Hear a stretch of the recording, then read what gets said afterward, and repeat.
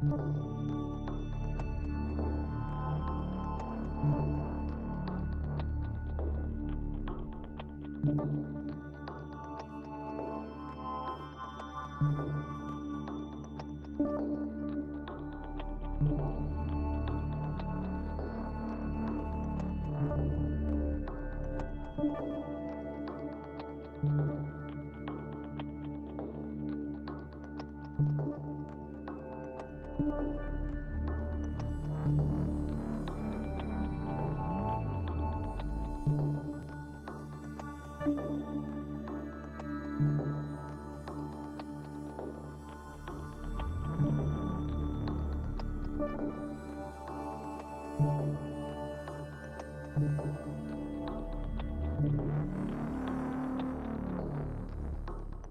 are live!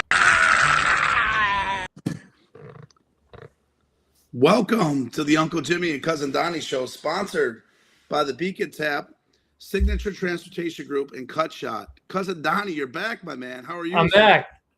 I have to give a quick thank you to Matty Dozen for hopping in and being part of the show last week. I appreciate it. It was kind of on a last-second call to the bullpen, too, so I appreciate him a lot for being a part of it. You are excited to be back, though. You are not kidding. You are not kidding when it comes to that. I try to move the show around, but yeah. I appreciate you for making some adjustments to it and doing a great job with that. So thanks, Jim. You know what? Matty was a great co-host last week. Obviously, a much better looking co-host, of course. But Donnie, you were missed, buddy. You were missed. I appreciate it. You tried to come in the dark side with the, I don't know, joining from the car. I was in the car. And, I don't know what you were doing, but I had to put these kibosh on you last week. I was speeding to try and make it home and be a part of the show before it ended, but I was out in the city late. But I appreciate you guys for running the show, and I watched the show back, and our guy was great. Our guy's great from Impact. He's the man. Tommy was kind of funny. I felt like he's a quirky guy. Yes, he was very entertaining. He said a lot of funny comments, I thought, as I was replaying it in my mind after the show, like, dude, he was actually pretty funny. And I wish I would have been a little quicker on some of the things he said. I would have had some cool stuff to say to him, but that's okay. I'm sure I'll run into him this summer, and everything will be fine. So yeah. A couple things we have a really great. What? Don, you mentioned speed limit. Speed limit is now joining the show. Our boy, Mr. Matt Peckus. So I'm going to throw a shout out to him. Couple pieces of housekeeping before we get into the show. We have two wonderful guests that will be joining us tonight from the very, very dirty 38s. Yeah. And we appreciate both these guys for jumping on. Alan Osinski and Julian Russell, two staples of that team, two of the great leaders for that ball club. Before we get into that, Jim, I want to give a shout out. See this shirt, this PX? This is Chris DeAugustino's company. Really? It's called The Party Experience. And he does like corporate golf outings and events. And I ran into him at the Chicago Golf Show. He had a booth up there. He gave me a hat and he gave me a shirt. The hat's cool too. The hat has like a little golfer on it. That is really cool. See that? But yeah, it's like got his logo. My guy, Chris DeAugustino. I'm a huge fan of him. And we chatted for a while, and he wants to jump on the show and then talk about the business a little bit. So we'll definitely do that when he's got a free night. He is the second best looking guy in softball. You know that, right? What about this Gary, whatever? Inish? My guy, Gary, calling us both ugly. Or is he talking about ugly guest. Julian? We have ugly guests tonight. He's not Alan, calling. yeah. He knows better. I was going to say he needs to get his eyes checked if he's calling us ugly, Donnie. Another thing that we do want to talk about, Jim. Unfortunate things going down in the softball world this week. We unfortunately lost a softball player and a great human being. Our guy Mike Altman played a little bit with the Whale, been around softball, Barachos, been around softball for a while. Garen Prep, kind of a city guy out by me and Julian a little bit. So I wanted to express the condolences to his family. We wanted to put that up on the screen, but you can support Mike. I'm going to put the link. They're doing some donations to Mike. Yeah. I'll put the link to that in the chat for everybody so they can, support however they'd like for him and his family. But we're really, sad to hear the news. I heard the news. I want to say, was it yesterday afternoon sometime? Yeah. And I don't know. I don't think I've ever met Mike personally, but for the people that I know that knew him, said he was a great guy, great family. Yeah. Family guy. Obviously, the sad part that I heard as well is, not only is his wife currently pregnant, but he also had another little baby, I think 2-year-old as well. So it's always sad, Donnie, to hear situations that took place, and it's, obviously a really, really devastating accident, battling fires. I know these firemen, they put their lives at risk all the time with these fires. So, that we always say it's a cakewalk job, but when there's certain things that happen like this, it's just not, you hear a lot of them talk about what they do and how they do it. It's just, it's very high intense, and they do really, put their heart and soul into what they do with saving individuals. And so in this particular situation, it's very sad situation from what I'm being told. Yeah. So, from what I'm hearing, just like you said, Jim, great guy. I know he was really close with some of my really good friends. I know Chris Rieger and Jackson knew him really well and made a post about it. So it's devastating when you see something like this. So, prayers and support for the Altman family. I have the details, Jim, for the service. Okay. The visitation is Thursday, March 26th at St. Rita of Cassia Shrine Chapel. It's on 7740 Southwestern Avenue in Chicago. And then the funeral is Friday, March 27th at 10 a.m. So firefighter EMT Altman served with courage, honor, and unwavering commitment to those in need.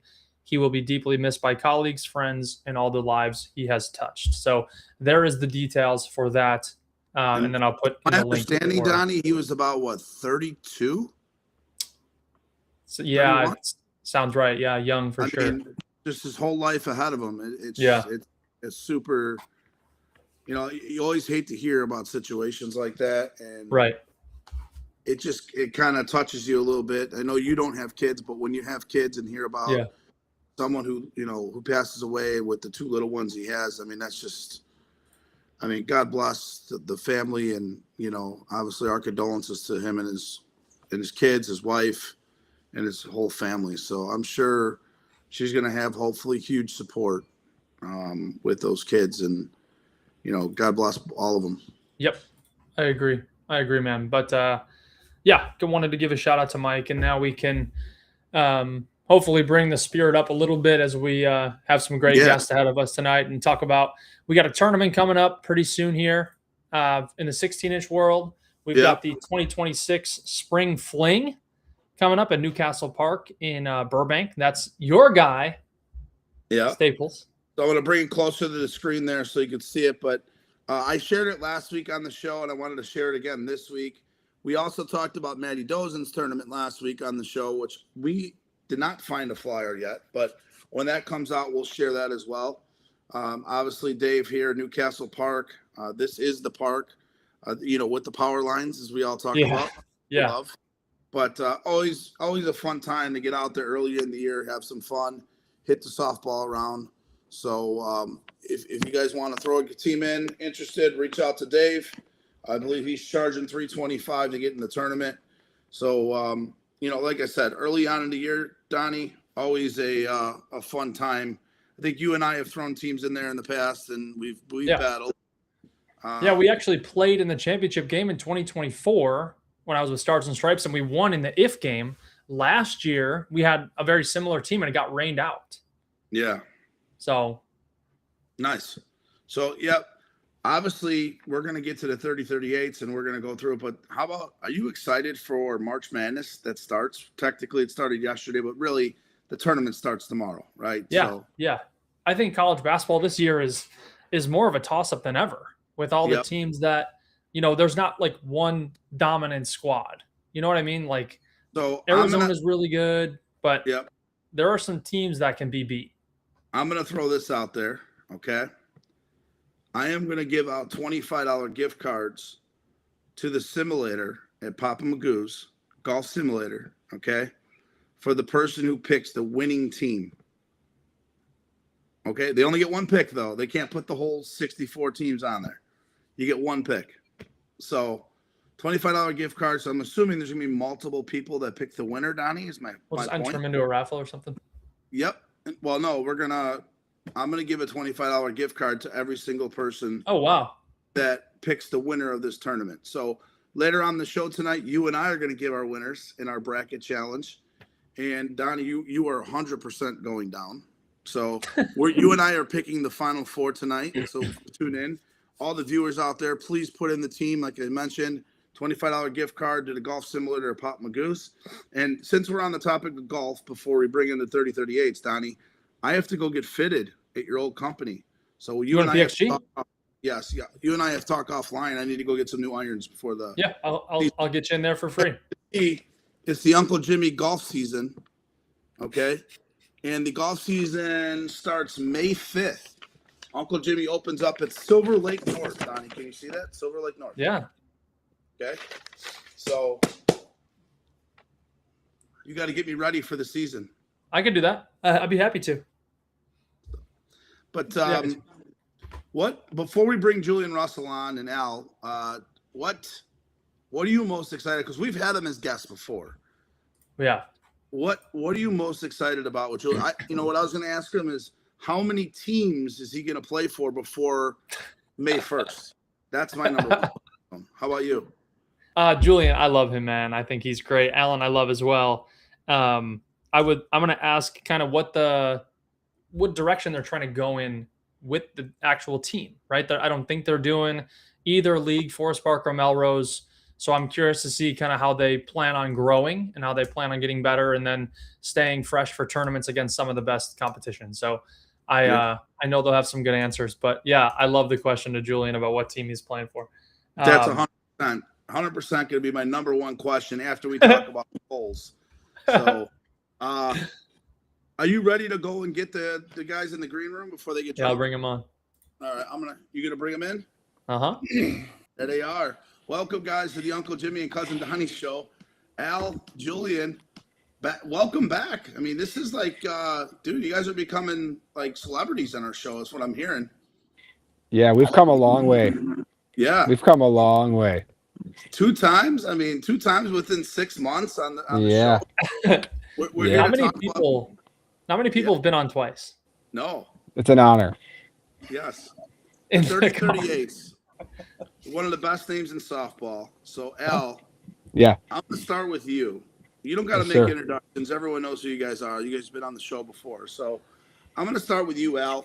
And, Julian, you can answer the question after he does. What is the goal for 3038s this season? You know, you picked up my boy Chucky, third best looking guy in softball. But what is the goal for this year for 3038s? Because my understanding is you're not even playing in a major league. Yeah. Yeah, I think it's a great question.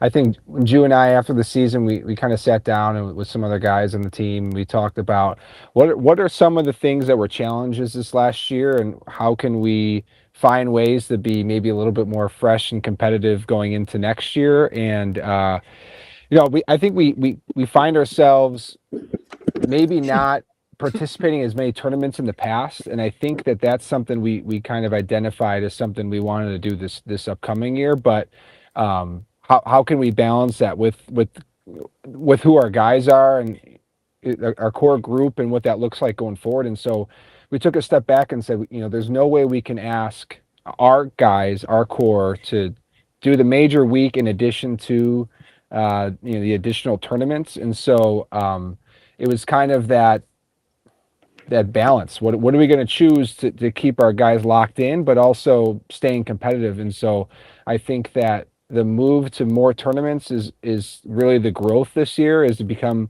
maybe a little bit better of a tournament team.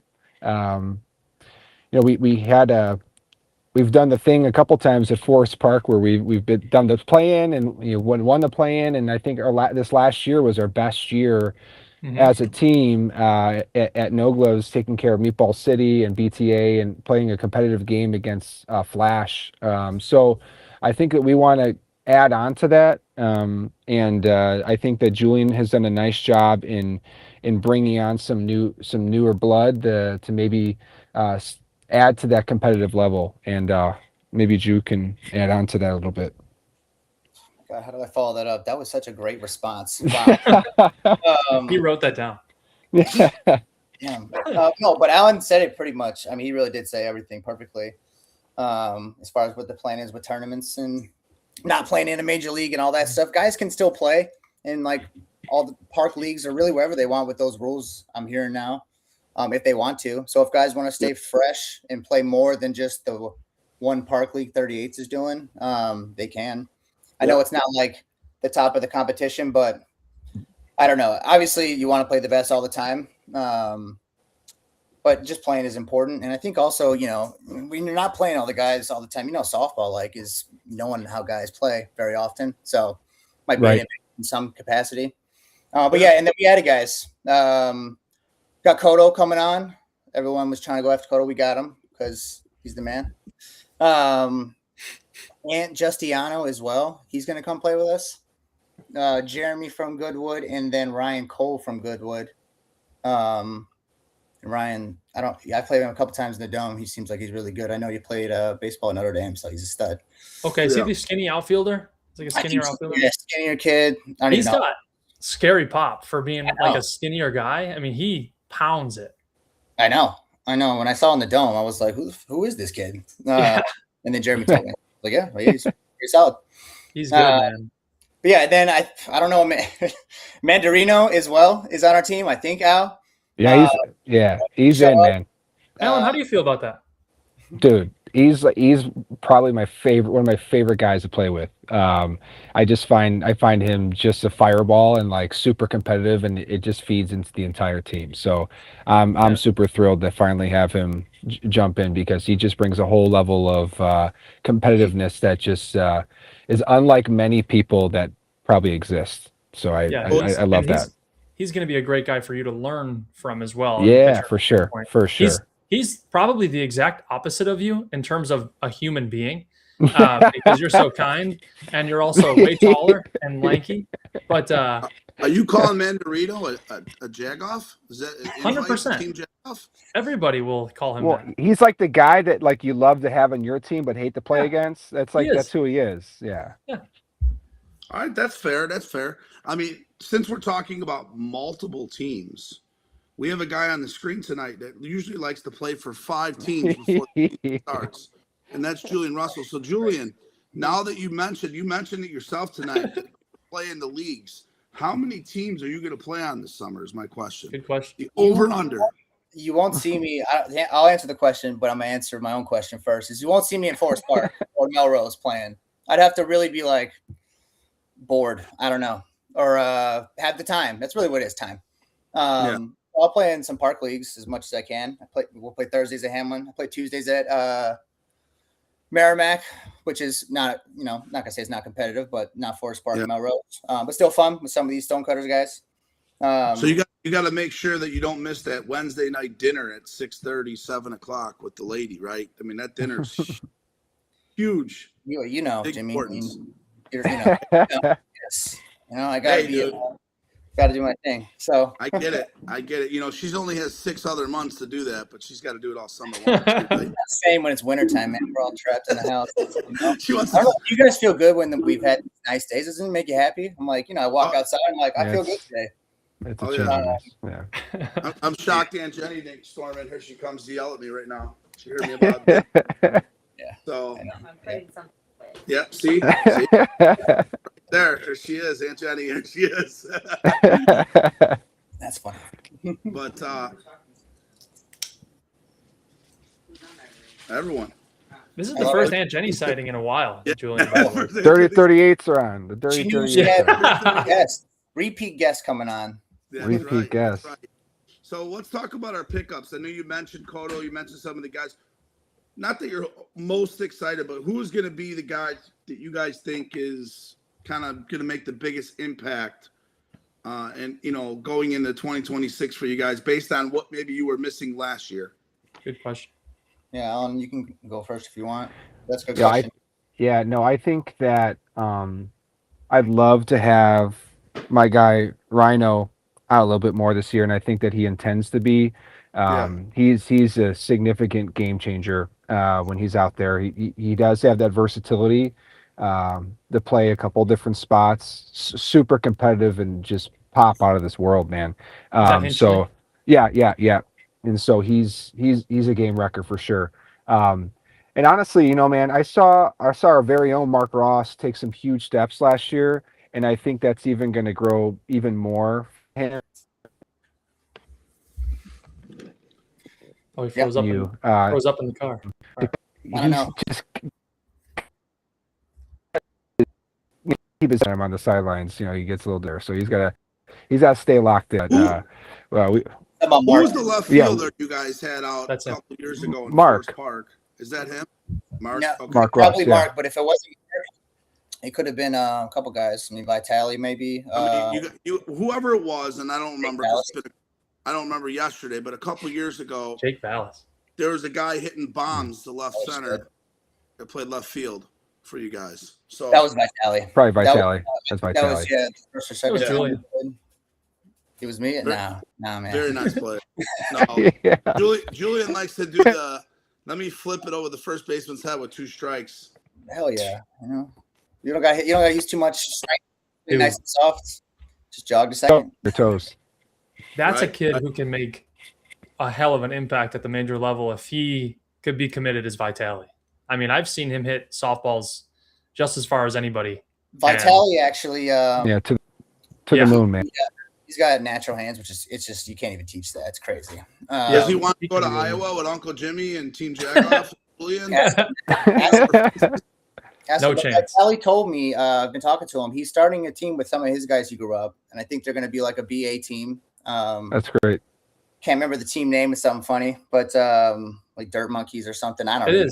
It is Dirt Monkeys. There you go. Do you know Donnie or? Yeah. We played against them at Hamlin a few times. It's like Joe Baccia and his brother and that group and those guys. But that'll actually be a decent team for the A or B level. You'd love to see that, man. That's really you good. Love to see more teams like that form. That's the key to softball growth right there, man. It's just get your buddies together and play softball. Right. That's what it's about. I agree. And when you have that group is a bunch of 22 to 25-year-old kids. So that's a team that's going to be around for a while. Yeah, you love to see that. Before, Donnie, you get to your next question, I just wanted to say we had a ton of people jump on right now. So for all those new people that jumped on, please put the team that is going to win the NCAA tournament in the chat. I'm handing out a $25 gift card if you pick the winner of the tournament. It'll be multiple winners, but you got to pick the winner of the tournament. You only get one pick. So if you put 2 names on there, you're disqualified. But go ahead, Donnie, with your first question. Yeah, Papa Magoo's must be doing well to give out all those $25 gift cards, man. Good for you. Very generous of you. Very generous. That could be a large sum of giveaway. So let me ask. So when it comes to recruiting, I don't really know who does a lot of the recruiting. I'm guessing it's you two because you're around the parks a lot. Julian, probably you specifically because you do play all over the place. What is the big pitch to come play for the Dirty 38s? Being that, you're not doing any leagues, tournament based kind of thing. What's the big draw to come play for you guys? You guys are looking at him. It's Julian Russell. That's good. It is. I mean, it is what it is. I mean, the beat around the bush. It's true. What it is. No. Playing with good, again, like 38s are a great young team. We're getting older. Don't get me wrong, but still, like, I feel like each year kind of progressing, which is nice. You love to see that. But to answer your question, Donnie, I think like playing with a bunch of good dudes, that's like our main, we're a family kind of thing. We love that. We hang out all the time outside of softball for the most part. A lot of guys grow up together. So just being around that camaraderie is the selling point, number one, if you want to be a part of that. And then we'll be competitive again. Kind of going back to what you said with like not playing the leagues. I thought like if you want to play, guys, go play. Play Forest Park if you want. Go play with a team. But they're coming with us for the tournaments. I don't have a problem with that. But it's their decision. There's plenty of park things. But you guys remind me a lot of Dynasty, probably when Donnie was in diapers, many years ago, when they were developing a team, and then they popped one year and then won Forest Park kind of out of left field. You guys kind of remind me of that team a little bit because they had some young players, they had some more veterans, they were around the same age, that 27-ish, 26-ish to like 33 basically year of age, things like that. And I don't know. That's who you guys kind of remind me of because I feel like Dynasty, they played out in Mount Prospect, so I didn't see them a whole ton back then. And then all of a sudden, boom, they won Forest Park. And so I don't know. Maybe in a couple of years, you guys will be that Dynasty. Hopefully it's not this year. Hopefully it's when Jimmy retires. Okay? I would love to say it's this year. And you guys beat up on Donnie. Hey man, if we get the guys there, we'll compete. It's softball is still it's like baseball, like two good teams, anybody can win. Yeah. I'm a big believer in that. So are you guys getting invited to tournaments? Did you already talk to the SSA about Westchester? Yes, we've been talking with them. Okay, so Westchester, it's north south. You guys are gonna play our tournament, Uncle Jimmy tournament, right? Mm-hmm. And then you're gonna play I don't know what's going on with Midsummer out here. It's one day now. And then you got Forest Park, and then you got Nationals. So, 5-6 tournaments. You're going to get some games in, which is good. And who knows? You never know what could happen. My tournament might help you guys. Donnie's, our tournament might help you guys. So, I think that'll be enough. That'll be enough. Like, we're going to play in no gloves. Right. I think, again, like, we'll be there. I think we've been there enough now where we should be there. It's known. So, we had a question roll in, and it's just because we talk a lot about this subject is how do you make no glove without playing in a league? So what's your guys' thought on that? I understand softball maybe is not what it was 15, 20 years ago with all the number of teams that we used to have. But what's your guys' thought on it? It's a great question by Joe. Like, I guess, Julian, I'll start with you on this one. What's your thought on that? Like, not playing a league, you guys think should you make no glove or should what's your thought on that? You know where I'm going. Yeah, no, totally. It is a good question. I think respectfully to Joe and everyone who has their opinion, we should be invited without playing leagues because we've been in the tournaments and we perform well enough. And we know that out of all the teams softball, like no gloves is about being the best, however many teams there are. I believe the 38s are in that conversation no matter what. Yeah. You wouldn't be on the show if you weren't. Yeah, that's the point right there, Drew. That's what I was going to say too. Is that not the best tournament in softball? It is, right? It's got the best talent and the best, and so shouldn't the best teams be there? And that's how I see it. And if they believe that there are other teams that are better for playing in leagues, it is what it is. But I think that they hold that tournament to such a high regard that they wouldn't put in the best teams in there because then that dilutes what that tournament becomes. So let me ask you this. You have a team like Los Lobos who won the A National last year.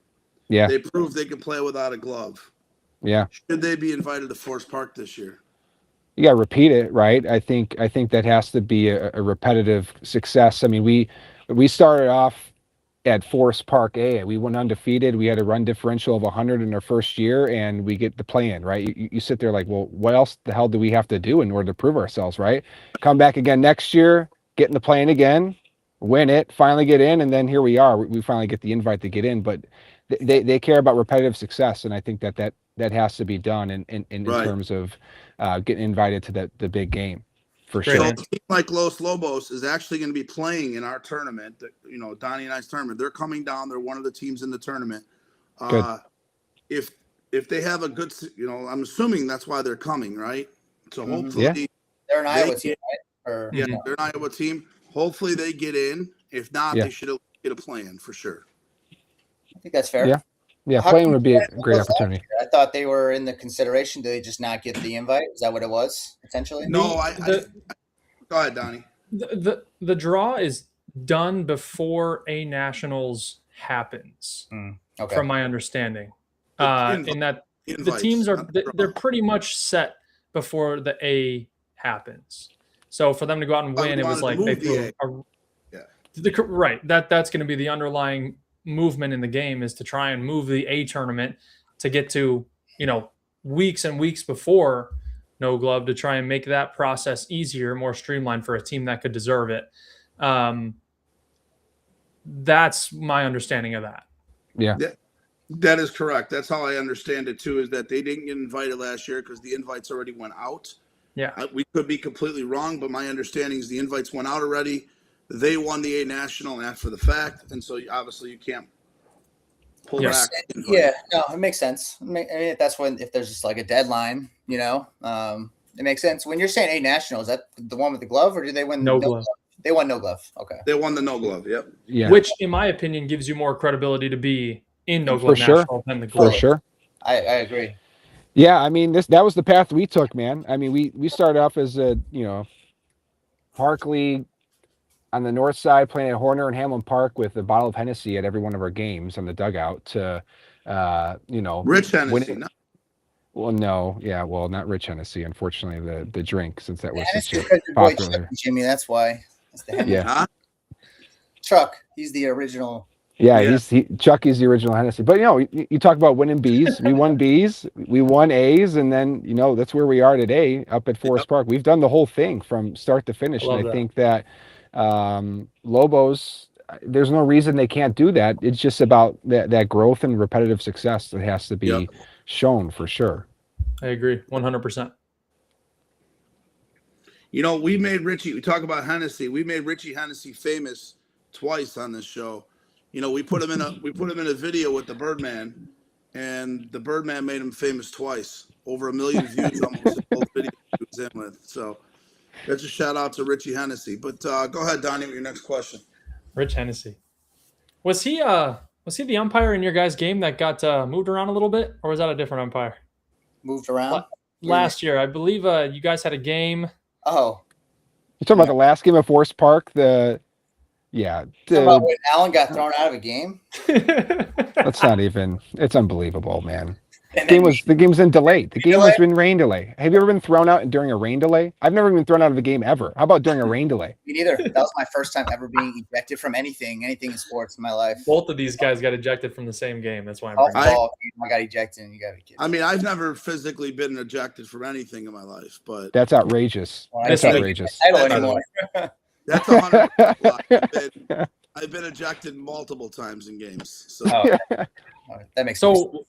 Well deserved. Julian, we talked about this earlier, and I know we talked about the baseball stuff a little bit. Are you still coaching? Are you still coaching a lot of baseball and things like that? Not a lot. Definitely not as much this year, just because I have 2 other jobs and just busy. Mm-hmm. I would love to. I love coaching. But yeah, with Windy City, so I coach with Trey Johnson. And other people. Bobby Stevens runs that program. For those who know Bobby, it's a great program. But yeah, so I'm coaching as much as I can. It's not as much as I'd like to, but gotta pay the bills, right? Yeah, I got you. I see you out the Dome on Wednesday nights when I go play 12-inch in there. We were talking about the transition. Stick around, maybe. What's that? So it's good when softball's there, and I'm coaching. Then I can stick around, maybe get some hacks. That's right. Well, we talked about the transition from baseball to softball, and I know that you played high-level baseball, things like that. Talk about how the game is essentially just like a really slow version almost of baseball. How was the transition for you now playing shortstop and being one of the best in the game? I mean, no one's going to argue that, right? How's the transition been, and what was it that kind of made you so adaptable to softball? I mean, yeah, it is a slowed down version, but 16-inch softball is such a different game. We're not using gloves. It's big ball. Like, yes, it's like baseball, but I do think it's totally different, which is why I love it. Adapting is, it was hard at first catching the ball. I think I played left field my very first game and dropped the first ball that came to me. Stone cutters, and the guy Jake who still pitches, he's like asking my buddies, and they were like, "This guy played D1 baseball? He sucks." Anyways, But yeah, I mean, I feel like the more you play, the better you get. I mean, I'm not old, but I'm getting older. I'm not as strong as I was when I was 23. So doing those dump balls, Jimmy, that you love so much with 2 strikes, like can't pound it like I used to. So anyways, I don't know. Hopefully that answers your question. Sort of. No, yeah, it definitely answers Donnie's question. I'm Fair, sure. Donnie. Don, are you satisfied, Donnie, with that answer? Just want to make sure you're happy. Today is That's like 6 questions in that, in one. Yeah, so. today is Julian, John basically what I was saying is you're really, really good. And how did you get to become so good? But we'll move on from that. So, I want to add to that. Cousin Donnie happy. That's what we're here for. Okay. I played high school baseball with Julian, and he was just as good in high school. But I'll tell you, the difference I see in Julian then and now is that he's using, like, with 16-inch, you got to use like the gameplay, the strategy, the mental part of it is so. I think it's a lot more challenging than it was because of just the dumping, the knowing where guys put the ball. I think there's a little bit more control from the batter and from the positioning on defense. And Julian is obviously so good at defense, but I think that the way that he approaches the game is significantly different because of the strategy that's involved. And so I've seen him in the last 2 years grow significantly in that. Alan, Julian Russell's not leaving your team. We don't have to blow him. That was a better answer than I gave. 100%. He's not leaving, Al. He's staying with the right? Yeah. That was a really good answer. It was great. No. Play. I think it helps me answer the question. Alan, are you a politician? No, actually, funny enough, I did join the Des Plaines Park District Board like 6 months ago. So I technically, yes. Come talk about playgrounds. Julian, Jimmy, go ahead. Julian, my question is your cheeks. Why are they so red? What were you doing all weekend? Windburn, dude. I'm white and my windburn. When I walk outside, like red. I got it. Jimmy, you got it. The 70 degrees the next couple days, man. I'm gonna be out sunbathing in the yard. I need it. Is anybody golfing? Donnie, you golfing? I'm gonna try to play early Saturday. Oh, it's supposed to be 70. You think the course is? I can't go out there when it's all muddy and smushy, right? Wet. Edgebrook, you guys know Edgebrook. Up in the northwest side is like it was flooded. Oh my god. It's gonna be soft. Driving by, it was bad. Yeah, it's gonna be soft. Not good. Not Jimmy, good. go Donnie, with your your next question, buddy. No, go ahead. I just asked a few in one question according to Julian. So, Jimmy, go ahead with your next one. So, my next question is: we talk a lot about being handsome on the show. Who is the best looking guy on the 30-38 now that we picked up that guy Chucky? I don't know. My brain says Cotto because Cotto's. He's got great hair, a lot of good haircuts. Yeah. I mean, he does the lineups on his social media. It looks good. Scott Calderon, my boy Scotty Camaro. Donnie and I are going to have the best looking softball top 10 list. Oh, wow. Tonight we're doing Cotto's top up there. 10 utility players. Okay. Yeah. So you guys are more than welcome to stay on when we get to that point of the show, but we are doing top 10 utility tonight. Okay. Yeah. So, Donnie, go ahead. I've only got one more question. It's the final question that I always ask. What about my guy Jorge? Julian? I love Jorge. Jorge too, man. He's the man. He's the man. Just got together over the weekend with that guy. It was his kid's first birthday. It was awesome. Yeah. I love that guy. He's the man. So my last question for you guys. Is there somebody that you had on the radar that you wanted to bring over to 38s but didn't get? And can you maybe explain why? Whew, man, that's a great question. Thank you. Let's stir the pot. Let's get the softball people going. Right? Jimmy, how about that? Let's go. I'm always asking Trey. Trey's my guy. Would love for him to come play with me. We go way back, playing sports together against each other. We got Charlie after begging him for 4 years, come back to the 38s where you started, but he's back. Trying to think some other guys, man. There's so many people I've had the pleasure of playing with. You guys know, you just start asking like, hey, what's your plan? Maybe we can make it work. But a lot of guys are pretty, I guess, loyal to their teams. A lot of guys I've heard that said that they want to play in leagues. It's good. Just prevented them from, just doing tournaments. Was Cousin Donnie ever on your list? Every year. They got 4 pitchers. I was gonna say. I mean, I would love to have Donnie on the team, but we do have 4 pitchers, right? Jimmy, you're open for that. Yeah. Hey, a couple of years I'll be there when I come out with my walker. Yeah. Jake Vallis. Jake Vallis, a Benedictine University Eagle. Nice. Stud. Wish Jake played more. Yeah, he's a stud. He covers just incredible ground in the outfield. Beast. And he's got terrific routes, just as good as Chucky, I swear. I mean, next year the outfield for us is going to be pretty elite. Where's Honestly, he going to play? It's going to be a great outfield. Who's Where would Vallis play? I'd bench Chuck in a heartbeat. Outfielder, so. Chuck would love that, man. If I could, Chuck would die for the moment to catch. He would kill for the moment just to catch. I'm telling you. My boy Chucky. Yep. He's out catching robbers right now. Leave him alone. He's catching robbers, man. Just his growth too, man. It's just been phenomenal to watch him from where he started with the 38s forever ago to where he is today. He's always been just a tremendous outfielder, but his ball tracking skills have gotten so much better in the game. You just learn the game, man. You learn how the ball carries and travels and moves, and you learn the guys. And he's so ultra competitive. He takes that to the next level defensively. We're super glad to have him back. Yeah, for sure. He definitely saves a run and a half, two runs a game all the time. Yeah, no question. Always has, man. Always has. So, I mean, he'll be a great pickup for you guys. You know, I'm curious to see how he's going to play because he's so used to playing so much.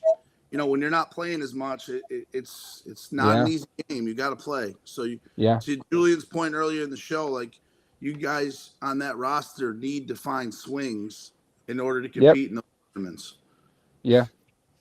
No, I hear that for sure, Jimmy, for sure. Yeah, I don't disagree. I just, So we talked, and I guess I have one more question before I get to the last one. I want to bring it up. There was 3 or 4 shows ago, we had Jack from Circus on, and his thought process of what he thinks about what 16 inch is going to is a lot what you guys are kind of doing this year and what's tailored to travel baseball, where you only play on the weekends. Julian, I'll start with you, on this one is, what do you think that is something with, let's just say the 16, 17, 18-year-old kids right now that are playing travel baseball? Is that something maybe in 4 to 5 years when they're done with college and they step over to maybe play 16 inch, you could see this game going to, because they're so used to only playing on weekends now? Will that make the game better? Will that make the game worse? What's your opinion on that? Yeah, no, it's a good question. I feel like, those kids being used to the playing on the weekends, tournament style only, definitely could make them only want to do that for sure. I can see that route. I think also, it just depends how much they really want to play. They're young kids. Do they want to go out and be young kids? Do they want to play more softball during the week, right? Like, it just depends on life is always how I'm going to naturally answer that. But do I think it'd be good or bad for the game if like teams are only doing tournaments? I don't know. I'm indifferent, I think. I know we might have more tournaments though. So the thought process is that maybe you X the leagues. Yeah. And now you're playing more tournaments, or you're not just playing 5 or 6. Yeah. Maybe you're playing 8 or 9 over the course of the summer. I think different formats over the course. Totally. You can do the round robins. You can do single elimination. You could do double. You could do, you know what I mean? Like, you can have different formats throughout the year. That's the case, Jimmy. I honestly think you would see more really good young players play. I think you would. Yeah. If you had the weekend availability in his tournaments, like, the vibes in tournaments are different too. Like, everyone's league play. So I think that would be, I don't know if it'd be better for the game, but it can't hurt. Yeah. Yeah. Oh, what's your thought? Yeah. I echo what Julian's sharing. I think that, personally, my favorite part of softball is Thursday nights at Hamlin Park. My family comes out. A lot of families come out. My wife and kids come out. We sit down and we play softball for an hour, and then we hang out for 3, right? We're either at the park until 9:30 having a couple pops, or headed to Chicago's for a couple pops, a couple pizzas. And that's, for me, what softball's about. It's not, and don't get me wrong, I love the competitiveness. It's there. I love it on the tournaments, but it's that balance, because the camaraderie that we have as a team exists because of those nights at Hamlin. It's not because of the weekend we played in Schaumburg or in Oak Lawn. It's not there. It's the nights we have at Hamlin Park. So I like to see a combo personally, but the reason we take a step back is we still have that Hamlin piece, but it was just a lot for us to do all of that with Forest Park and Hamlin. And there's nothing against the people. The people at Forest Park do a great job, and at Melrose they do a great job. And I have nothing against that league or the people there. It's just for us at this time, it just didn't make sense to do all of that. We didn't have that. We couldn't have that same buy-in. No, it makes total sense. So I know Donnie you don't have any more questions, right? Roll. I'm going to get to my final question. I know about 6 months ago when you guys were on the show, I asked you this question. And I just want to make sure if there's anything that has changed since 6 months ago to now about what in the game that you would do to make the game better, or something that you would change in the game to make it better moving forward. So, Alan, I'll start with you. Yeah, I'll echo what I said last time, and I thought that the format to more single day tournaments or tournaments that don't start on Thursday but are just a Saturday, Sunday potentially. I just think that's a format for success to get better buy-in, more talent to come out, more consistent teams.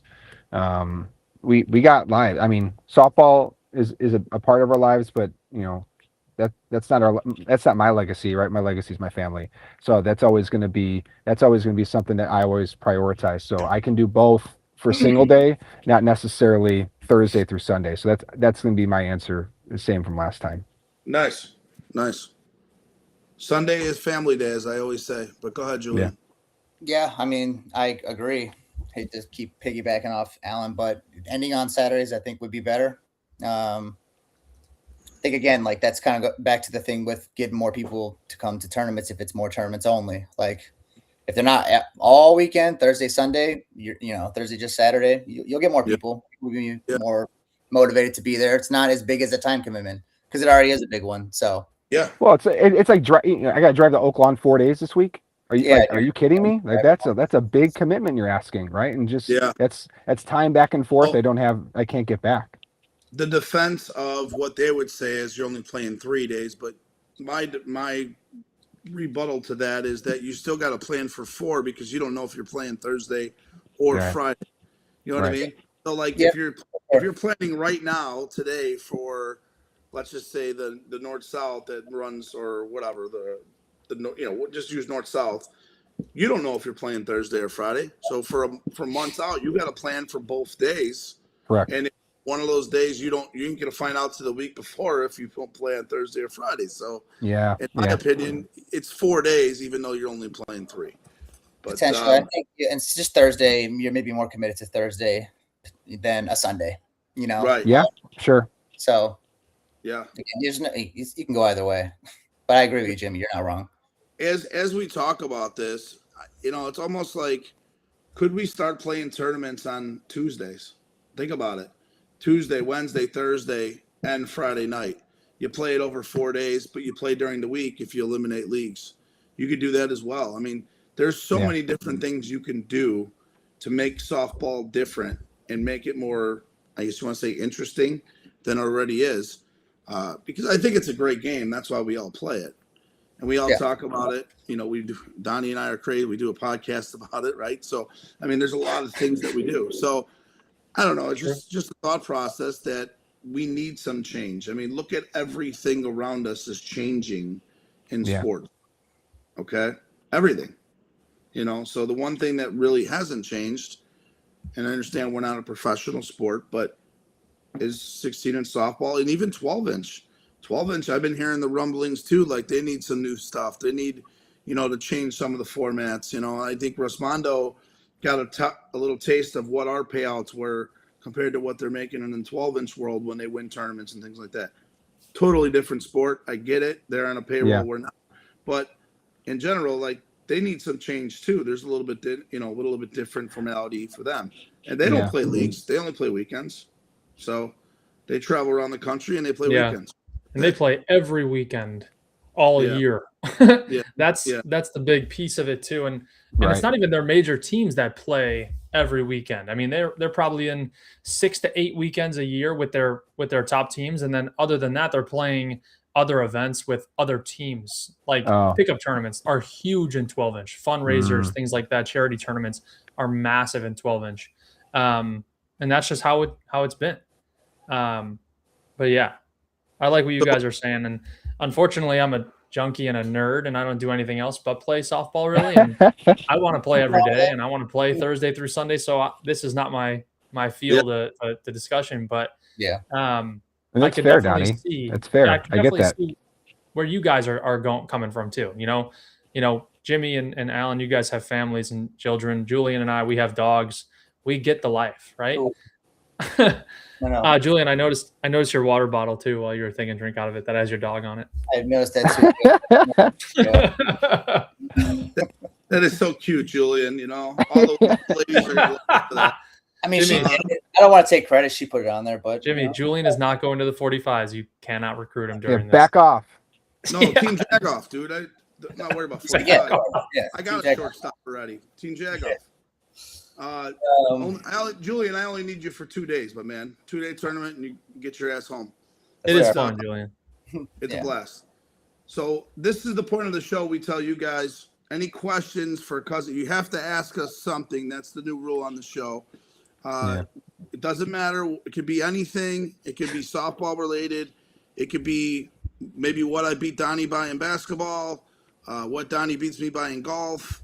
It could be anything. I do have questions. I got plenty of questions. So go ahead, Julian, you hold on to your questions. We're going to start with Alan first. He's a lot better looking than you. So no. Julian's fired up. I'm gonna turn it to him, man. He's ready to go. That's the thing. My questions are quick. Did you ever? You were throwing the football over your house. Did you ever end up doing that? I just stopped paying attention after 6 days. I made it on the 7th day. 7th day. Oh.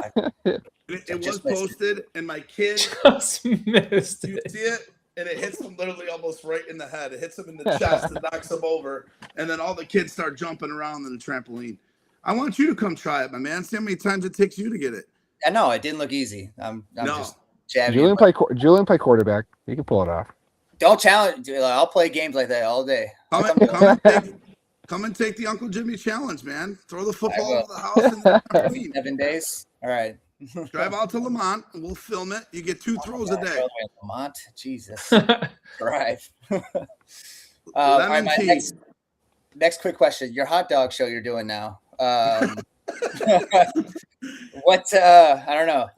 Tell me more. Elaborate. Where's this going? So Donnie and I, when we started this, I wanted to do it because I wanted something other than just what we do on the show to bring more viewers to our page for the game, right? So we wanted something that's tailored to baseball, something that I think can relate to other people that doesn't follow the sport of softball. And so we started, Donnie and I started the first 3 or 4 episodes of doing it, the hot dog reviews, just because usually when you go to a ball game, what do you usually eat? You eat a hot dog. Yeah. Okay. Usually. Okay. That's what, the hot dogs at the ballpark are usually is what you go for. So Donnie and I I don't know, we started doing it one day and we kind of let's just run with it. And, I think my whole plan on this is to get more viewers to our game. The more people that follow us on our page, they're going to see the 16-inch softball game. People start asking questions. Now I found out yesterday, Inwood Sports Complex in Joliet is running a 16-inch softball league. So the kid that works for me, his dad runs Inwood, and they're looking to get more involved in the 16-inch softball. I'm not going to say that, the kid watches our show, TJ. So if you're watching, he talks with his dad. His dad follows too. So it's things like that, right? Things that can create more attention to what we do in our game. That's the whole reason why we started this, honestly. So that's why we do it. And honestly, we're having a lot of fun with it. Now, Donnie, Donnie's the busiest 27, 28-year-old kid, 29-year-old kid in America with no kids. He's not even married yet. And we're working on it. He can't meet me on the weekends to go out and do hot dog reviews. So But either way, Donnie, okay. what's your problem, dude? See, Julian, you What's had your to bring this problem? up, and now he has to be mean to me on the show. So thank you. Man, Jimmy, you do something wrong. Donnie blames me. How is this happening? Yeah. Seems pretty fair. He ain't gonna blame me because he knows better. That's why. I didn't do anything. Alan, let Alan ask a question and ask it to Donnie because I didn't. No, mine's for Jimmy. Okay. Mine's specific here. So, you know, you're like the Godfather in the room here, and so you know, I look at you. I look at you, and I see, you know, I see a veteran player who's played for a long time come back to our shoes, and in the time you're playing at our age, what would you do differently? I probably would have stayed with I probably would have kept my bench team together. So, look at that, Jew. The reason why I say that is when we were 23, 22, we had just won the A National. The bench team won the A National. We were that next year. We're going into just tournaments, and we started finishing in second, and we got into Forest Park that year, and we drew, I believe, the 45s on Friday night, and they had not lost, I'm not kidding you, in like 3 years in a tournament. They were that dominant.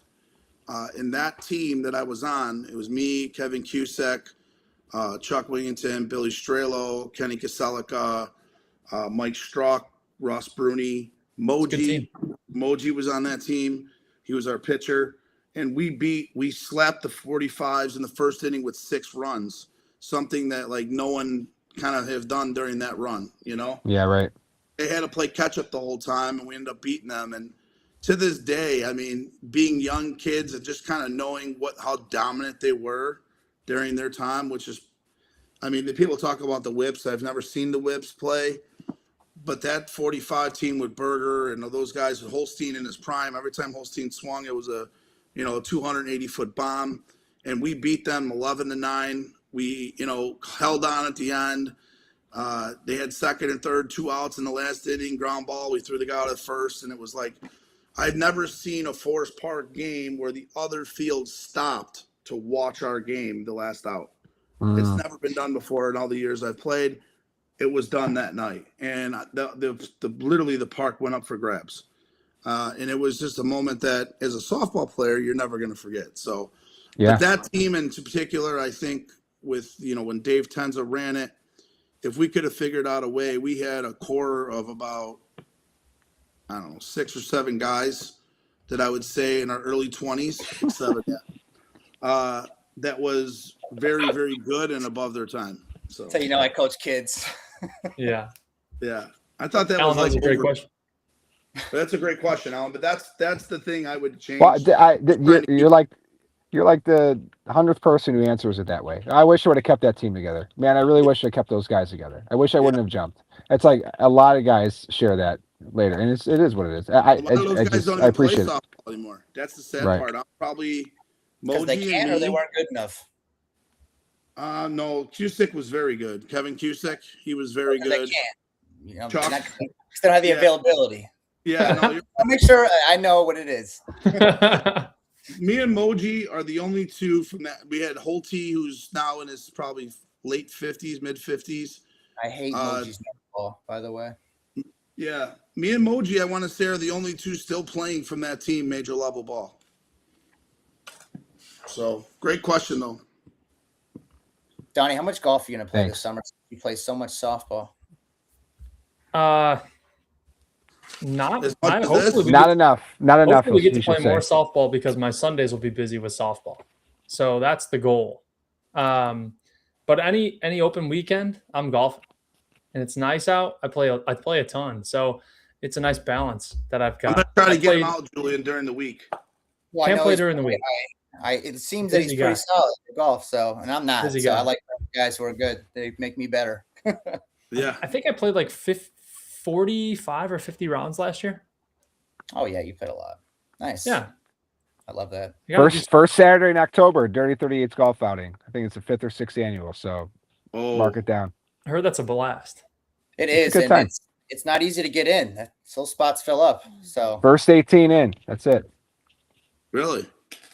I think I'm in Michigan that weekend, but if it's the first weekend in October. Always the first Saturday in October.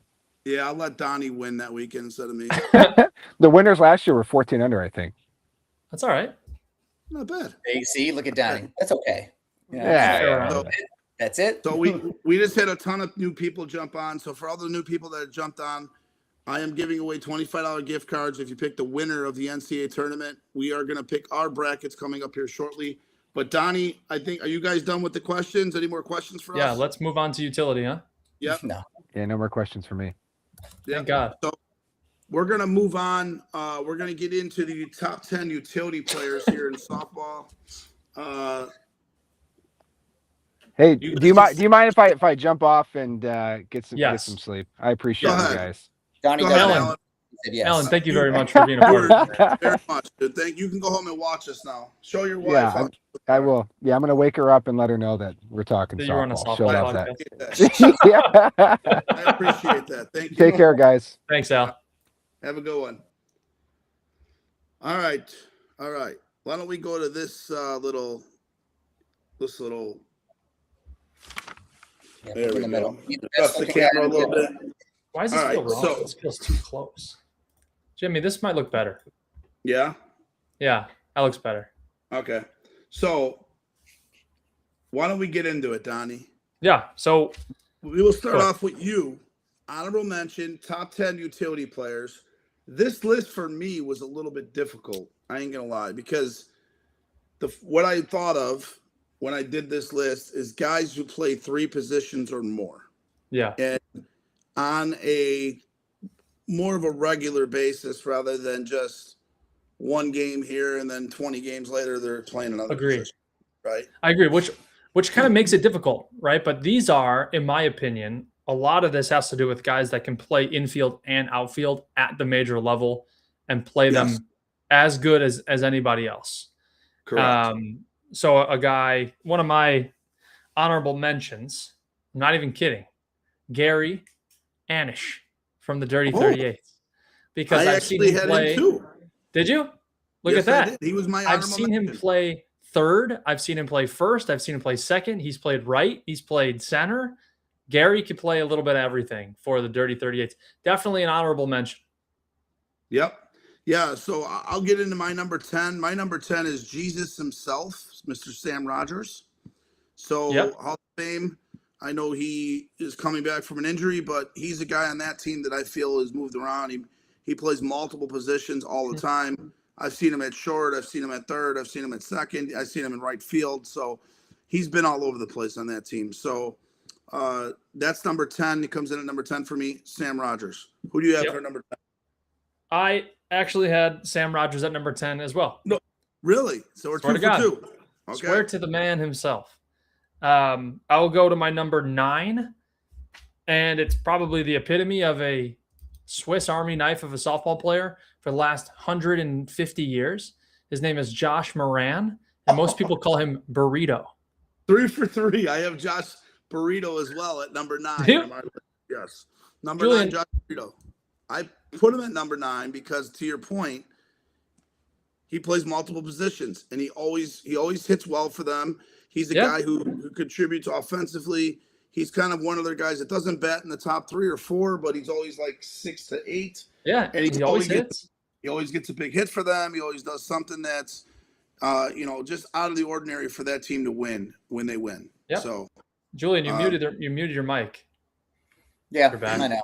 It's like I'm at work, man. You know, I'm Well, in we a want you to meeting. be involved, right? That's why you're still on the screen, remember? Of course. Right. Right. Well, you didn't ask me a question or my opinion, but it's okay. Yeah. I'm glad Gary got a shout out because he needed it, and he is very versatile. It's like I'm at work. So what do you? All right. Number 8. I'm going to get into my number 8 pick. Okay. Number 8, I have Mike Marola. So Oh, wow. Mike is a guy for me. Played right field, played center field, played short center last year, pitched last year a little bit, played second base. He played multiple positions on our team last year, which, in my opinion, and he did for the most part, he did all of them very well. And then also offensively, I think he had the best year of his life last year offensively. With his cut ball, driving the ball, and doing all the things that he does. He's also fast, and he's a guy who shows up all the time, and I love that. So I would play with Mike Marola any day of the week. It's hard to find guys who show up all the time that are there, that want to win and hustle and give it balls out like he does. So Mike Marola, for me, comes in at number 8. Yeah. Okay. Mike is great. He's very underrated, I think, because he does do everything very well, and not a lot of people can do that. So, I see Mikey pitching a little bit more for 45s. I think you too will probably spearhead the pitching for the 45s.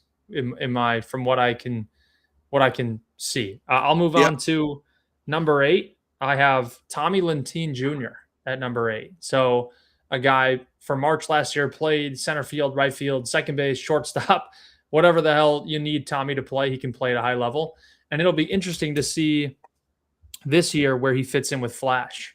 And he'll be kind of another guy that can fill in wherever he's needed for that Flash team. He'd probably be higher than number 8. Some of the guys ahead of him are really, really strong hitters. And Tommy, he's not a home run threat. I have seen him hit homer. I know he hit a homer at TOC against High Y. But there you go, Mikey, starting pitcher 2026 45. So, again, I see a rotation there. You're not going to have the same starter every day. That's just not how the game works anymore. Jimmy, you want me to move into my number 7? Go ahead with number 7. Number 7, I have Mr. Al Rice.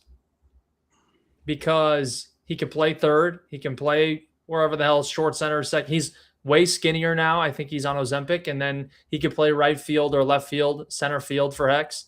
And he hits 1,000 off me. So Al Rice is wonderful.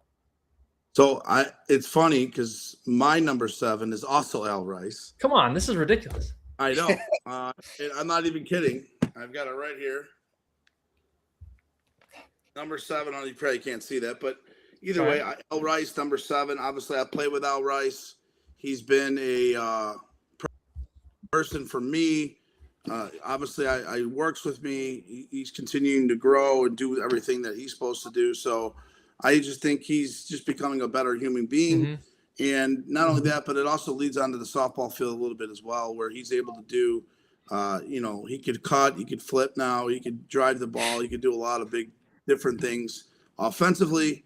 And then, of course, defensively, I've seen him play third base. I've seen him play short center. I've seen him play right field. I've seen him play a lot of different stuff. So, but yes.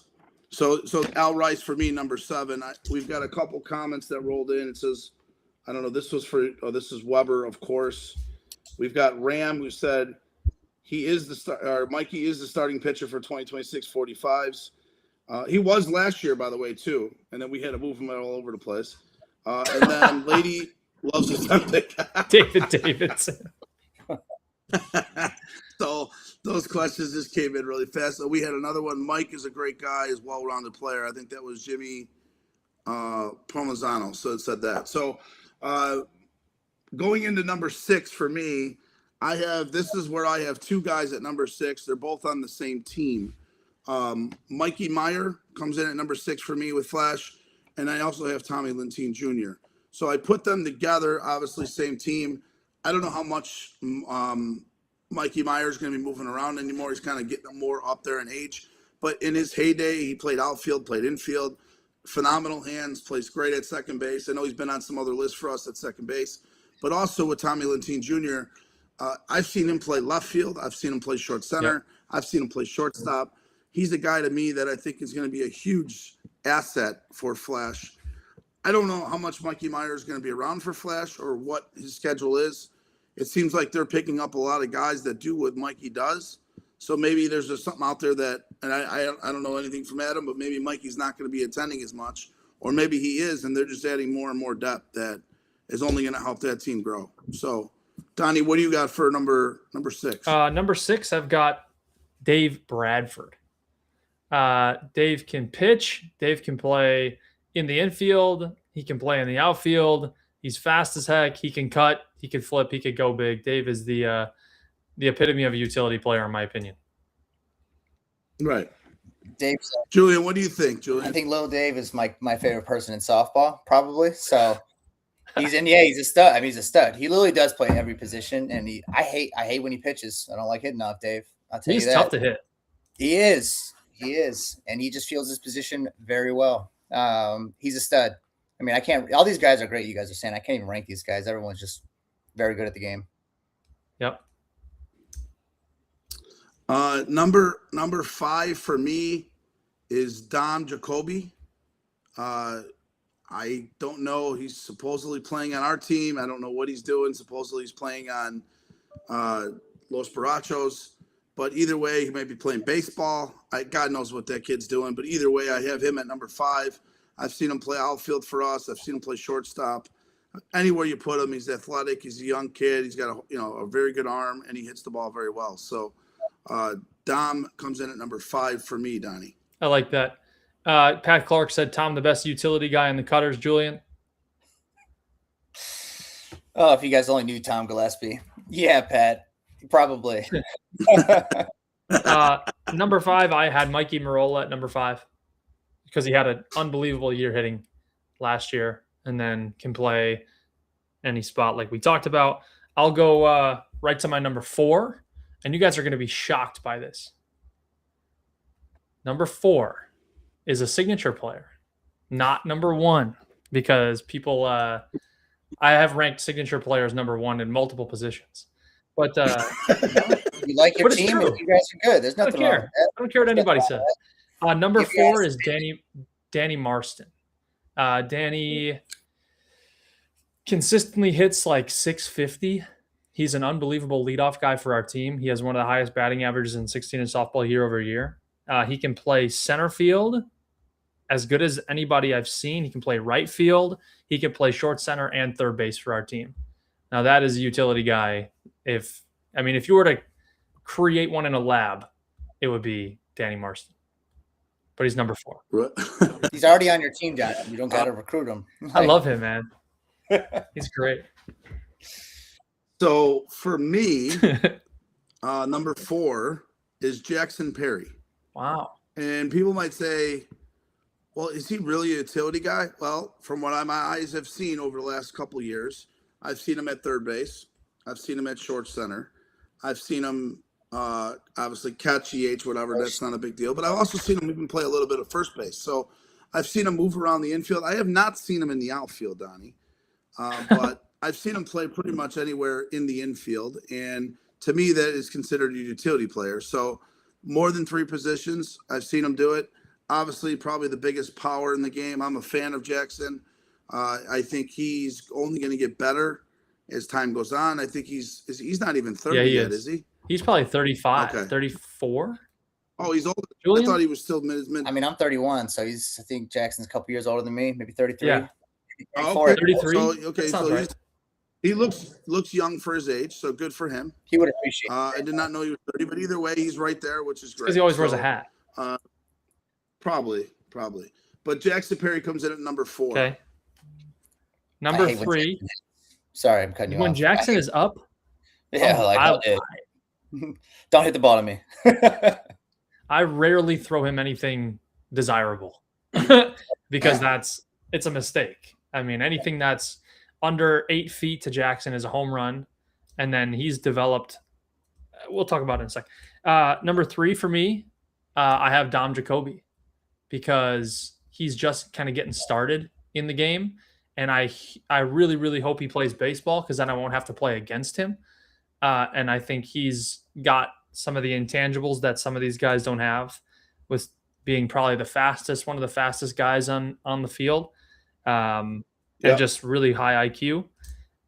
Naturally, from being a baseball guy, coached by Julian Russell, if I may add. I didn't coach him mentally. So he's softball. number 3. What did you say? In softball, sure. Yeah. So my number 3 goes to the best looking white guy in softball. This number 3, he plays multiple positions. He pitches, he plays right field, he plays center field and Yuma for us. He plays all over the place, and that's Little Dave. Best looking white guy in softball, as I always call him. Little Dave's been one of my fan favorites since I've started playing the game. And I think for what he does for that team, and I know he's getting kind of up there in age, but we're around the same age. But either way, Dave still contributes, huge contributor. He still hits the ball, still can run for his age and everything else, and plays the outfield, plays the infield, pitches, whatever he needs to do, he does. So little Dave comes in at number 3 for me. Yeah. Pops made a good point. Mikey Sopinski from Goodwood. I actually put him in the top 10 for short centers because that's kind of where I've always seen him play in the tournaments and things like that when they've got a fully loaded team. I also call him probably the second most underrated player in softball because he's a stud. Anyway, moving on to number 2, I put PJ Raines at number 2, a guy that can play outfield, infield, catch, EH, wherever Flash will need him. He can play outfield at a super high level, and then we'll start to get some more reps in the infield. PJ also has some of the stuff you can't teach, strength and speed, but there's PJ's rank for me. Yeah, I also have PJ Raines number 2. I know that we put him. I had him on my catcher list too because I know he, with their pickups, like I said last show, I see him, being more of a back contributor, being that guy that's going to be a utility player to back up some of those other guys when they're not there and so on. But either way, PJ comes in at number 2 for me. He's, a guy that can play center field very well. He plays right field very well. I've seen him at second base. I've seen him obviously catch. I've seen him do other things. So, he's going to be a contributor to that Flash team. I think I want to say he was in the top of the order last year and then was down like somewhere around the 4, 5, 6. Yeah. I've seen him bat there. So, he's definitely batting in the top 6 in a major team. So he's got speed, power. He pretty much does it all. So PJ Raines, number 2. Yep. Jimmy, I'll go really quick because you already mentioned my number 1. But my number 1 utility player in softball is Jackson Perry. You already said all the good things about him. And Jackson Perry actually, outside of playing, does a lot of really good things for the game at his fields that he runs. He's got some leagues that he started. He runs a couple leagues that I play in at Olympia and Indian Road. And then he's starting a women's league that he's doing at one of his fields. So shout out to Jackson for doing all that great stuff for softball. But on the field, I will rarely throw him a strike. And I will rarely throw him anything that he can swing really hard at because he is so scary and big and strong and fast. So that's my number 1. When he was on Circus Beast 3 or 4 years ago, he was hitting balls all over the place. And he would know it. He'd come in the box, there'd be nobody on. I would just don't even bother throwing him a strike. And he gets so mad at me, but it is what it is. You just don't want to get beat or you don't want, two outs.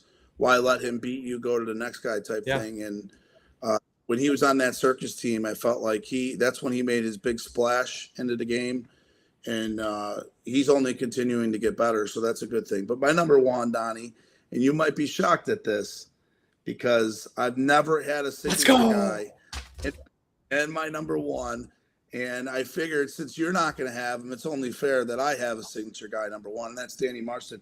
I think Danny, to me, not only is he the most improved player in the last 2, 3, 4 years, but also he's a guy who plays short center on your team. He leads off. He plays second base. He plays short center field. I've seen him all over the yard. So to me, he pounds the ball up the middle. He hits that ball so damn hard sometimes, and he very rarely makes outs. So he didn't answer. I was going to call him and tell him that he was number 1 on your list. Oh, that would have meant a lot to him. Well, and I'm only saying that because he's fast. He leads off for you guys, and he does. He hits every time I see him. He's one of your toughest outs in your lineup, obviously. So to me, he is number 1 when it comes to utilities because of the power, the speed, and everything that he brings. Yep, I love him, man. He's a great guy to have on the team, being that he is super committed, shows up a lot, and he's always at the top of the lineup. He's going to be on base 2 or 3 times a game in 4 or 5 at-bats. He's going to make a lot of the plays in the outfield, and he's growing defensively, which is really fun to watch. And commitment does matter, and he does show up to everything from what I can see. Yeah, I think he only missed a few games last year, and that's because he had a child. So, what a great list. What a great group of human beings. Julian, any final comments on the list? No, I mean, again, it's tough to rank them. A lot of those guys, all those guys are great. There's so many other guys who weren't mentioned too that I know are out there. Yeah, who's somebody that we missed? Do you Yeah. think? Man, I don't know. It's so tough with the utility stuff. Like, right? Like, I don't know. Off the top of my head. Mikey was one. Pops called it out. That was a good one. I said Jeremy from our team. I think Fowler? Jeremy is, I mean, he again plays the outfield, second, first very well. He plays all of them very well. So he could definitely be on that honorable mention. There's a lot of guys. Yeah. Well, Yeah, no doubt. So, well, yeah, man. That's that Julian. I think it's about time we can kick you off. Yeah, please do. I'm kidding, man. I appreciate you guys letting me be on here. It was fun. So I appreciate it. I appreciate. Go drink some mom and dad waters. All right. Yeah, for sure. Julian, Is that what? Is that? the hat you No, got that's on there? no, Dad that's a water? happy dad actually. This my guy Cody. Oh, happy dad, man. okay. This is I see him put that comment there earlier. Seeing Wes in the chat too. There's some there's plenty of guys. I think the utility was thing our- is it's tough. he was our number one EH. Yeah, I mean there's Yeah. again, like I said, there's Yeah. so many good players. But yeah, I'll let you guys have it, man. Thanks for having me. Julian, thank you for being a part of this, man. I appreciate it. Yep. See you guys. Thank you, Julian. You're always welcome, man. Thank you. So Great, that list to me is a little tough. great guests, by the way. Alan was wonderful. Julian is a softball junkie, and I appreciate him taking some time. And he really wanted to be on the shortstop show because he wanted to talk about that position that he loves so much. But we got a pretty good shortstop in store for that show. But yeah, really, really solid, Jim. I think this was great. Let's get. I know we only got a couple Yeah. minutes left before Let's we hop let's off. do a rapid fire. Pull up the bracket. Let's do the pull up the bracket. Okay. And so you have Duke. You might want to go bigger. Yeah, go bigger screen. Go to one with this and see how it looks. Let's see how this looks. There you go. So, all right, you have Duke. Can't really see right? it. Hold on. In the East. There you go. Is that better for you? Yeah. All right. So you have Duke. You have Duke in the East. You have UConn in the East. I mean, the East. If you look at the East, it's absolutely loaded. Kansas. I mean, St. John getting a 5 seed is beyond ridiculous. Not only are they a 5 seed, they beat UConn, I think, twice this year. Somehow they end in the same bracket, and UConn was a 2 seed. Am I seeing that right? Yeah, UConn's I a two. don't- Yeah. How does St. John's get a 5 seed is beyond me. I don't understand that. I think they were 18-2 in conference play. They were 28-5 overall. It's a good team. How did they get a 5 seed? I have an upset in the And now- East. I What's your think that upset? South Florida beats Louisville in the 11-6 game. I have a good inside thought. I actually like that. So South Florida is probably going to lose now. But what I'm going to say on that bracket though, the South Florida coach, his dad, I don't know the disease he has. He has some type of disease where he can't travel. Oh, really?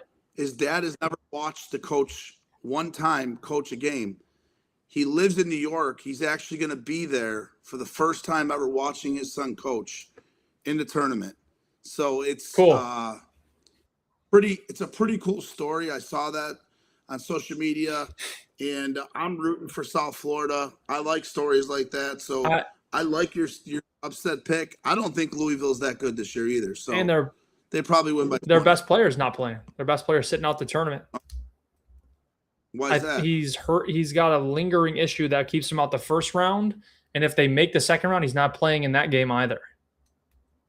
Wow.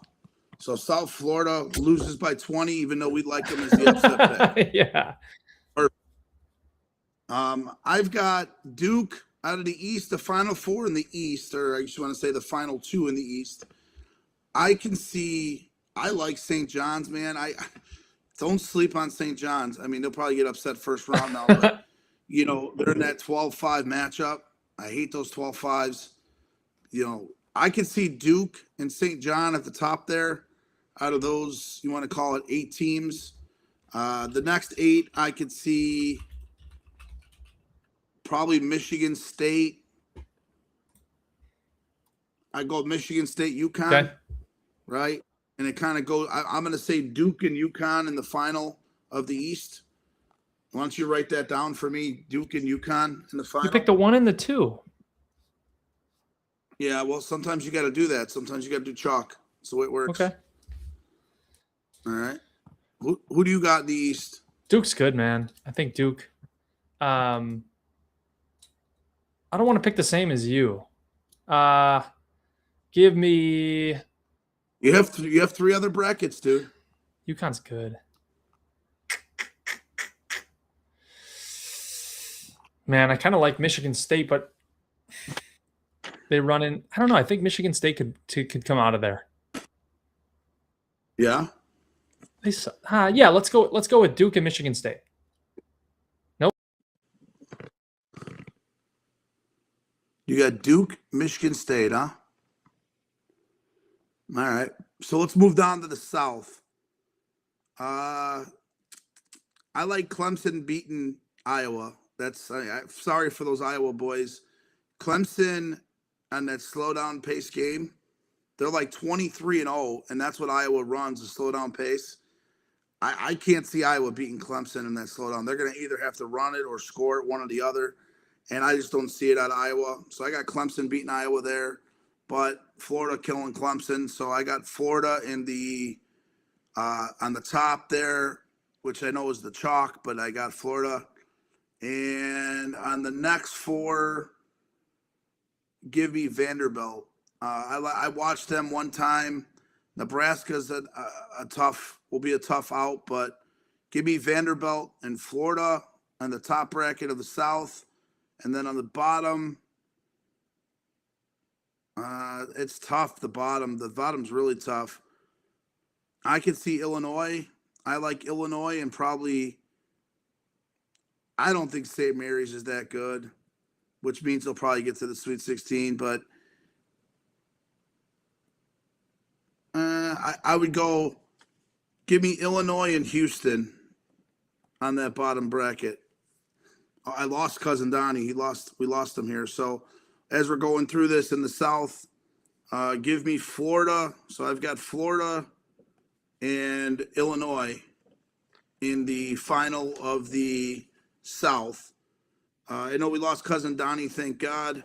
We don't have to hear his horrendous picks, so thank you guys for all watching. And then in the West, I'd say the final 4 of the West, or the final 2 of the West, I'm going to go with Arizona, which is the 1 seed. There's Cousin Donnie back now. Make himself visible, Donnie. There you are. That was weird. There you are. Sorry about that. My internet just went out for a sec. Oh, nice. I had Florida and Illinois in the final 2 in the South. I like Illinois. That's what I was telling. I like Illinois. So Florida and Illinois for me. I love Illinois. I like Houston. I think Houston's strong, but I'm gonna go with Illinois, and then, man, yeah, I kind of agree with you. I hate to agree with you twice in a row, but I agree with you. Go ahead. Well, why don't you go into the West? You can go with the West first. Arizona for sure. I think Arizona is super strong. And then is this kind of the weakest? Is this the weakest section of this? Yeah. Arizona will make it out for sure. I like Arkansas a little bit too. I think Arkansas is a good team. Man. Is Purdue that good, Jim? You know, I just don't see anybody else that I really like. Maybe Gonzaga. I'll pick Gonzaga. Here's a little fun fact. The last time Purdue won the Big Ten tournament, they got eliminated in the first round. Was that the 16-1 upset? Yeah. Yes. Give me Arizona Gonzaga here. Arizona Gonzaga. All right. Arizona Gonzaga. I like Arizona, but I'm not going to go with Arizona. I'm going to go Arkansas. Yeah, they're good. It's them or Arizona, I like that for sure. guard. Yeah, I like that guard. So I'm going to go Arkansas, Arizona on the top. I've got Arizona in the final 2 in the West. and then it's tough. That bottom's tough because I could see Gonzaga. So give me Arkansas, Gonzaga in the final of the I West. like that. All right. And then Midwest, we've got, let's see this. Yeah, let's go this way. There you go. There you go. Midwest is Michigan's the number 1 seed. I like Michigan. So Michigan, I don't even care who they play. I'm going to have them in the final, the Midwest. And then on that bottom side down there, Kentucky's been hot of late. That Midwest is kind of weak. Huh? Yeah, this right side of it's kind of weak. I feel like all the good teams are in the East. At least the good. The East bread. is super strong, and the South is strong too. Yeah. With like Houston, Illinois, North Carolina, and Florida, that's tough in the South. Go ahead. Who do you got in the Midwest? Michigan and who? Man, it's so hard. That bottom is brutal. I mean, Yeah. Virginia? It really is. Virginia that never works. That slow down shit never works. I know they won it 1 year, like 5-6 years ago, but that shit never works. I feel like they always get upset. You know what I mean? I could see Wright State beating them in the first round. I mean, Iowa State, isn't that the old Bulls coach? Isn't he back at Iowa? No, he's Fred at Nebraska. Hoiberg. He's at Nebraska now, isn't he? Okay. I guess Tennessee. I'll go Michigan, Tennessee in the final of the Midwest. Yeah. So I've got Duke, UConn, Florida, Illinois, Arkansas, Gonzaga, Michigan, Tennessee in my final 8, the Elite 8. Okay. Give me Duke in the final 4. I'm going to say Illinois, dude.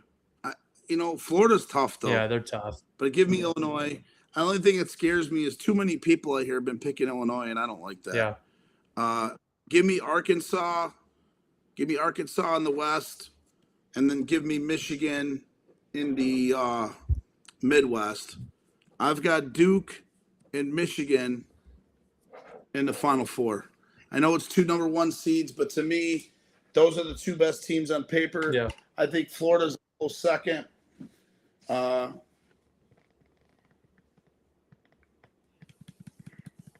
Who wins it? Michigan? Yeah. No, I mean, flip a coin with those 2, huh? I think Duke. I think Boozer's too damn tough, man. I know Michigan's got size though, and that's what scares me against Boozer because Michigan is, you know what I mean? They're big. Statistically, they're the best defensive team in the country. So, well, they're big. I mean, they got right. What? They play like 3 guys, 6'10", 6'11". So they're going to stand up to Duke pretty strong if they play Duke in the championship. So I actually didn't want my bracket. I picked Michigan to win. Yeah.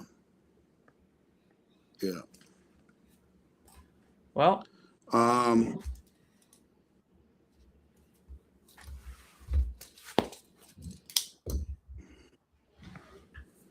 we shall see. You know what I mean? We shall see. So yeah, man.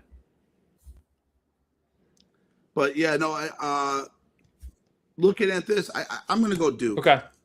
I was looking at some statistics here. I'm going to go Duke. Okay. I'm going to take Duke. I know it's kind of the chalk, but the way it plays out, I've got some upsets in there.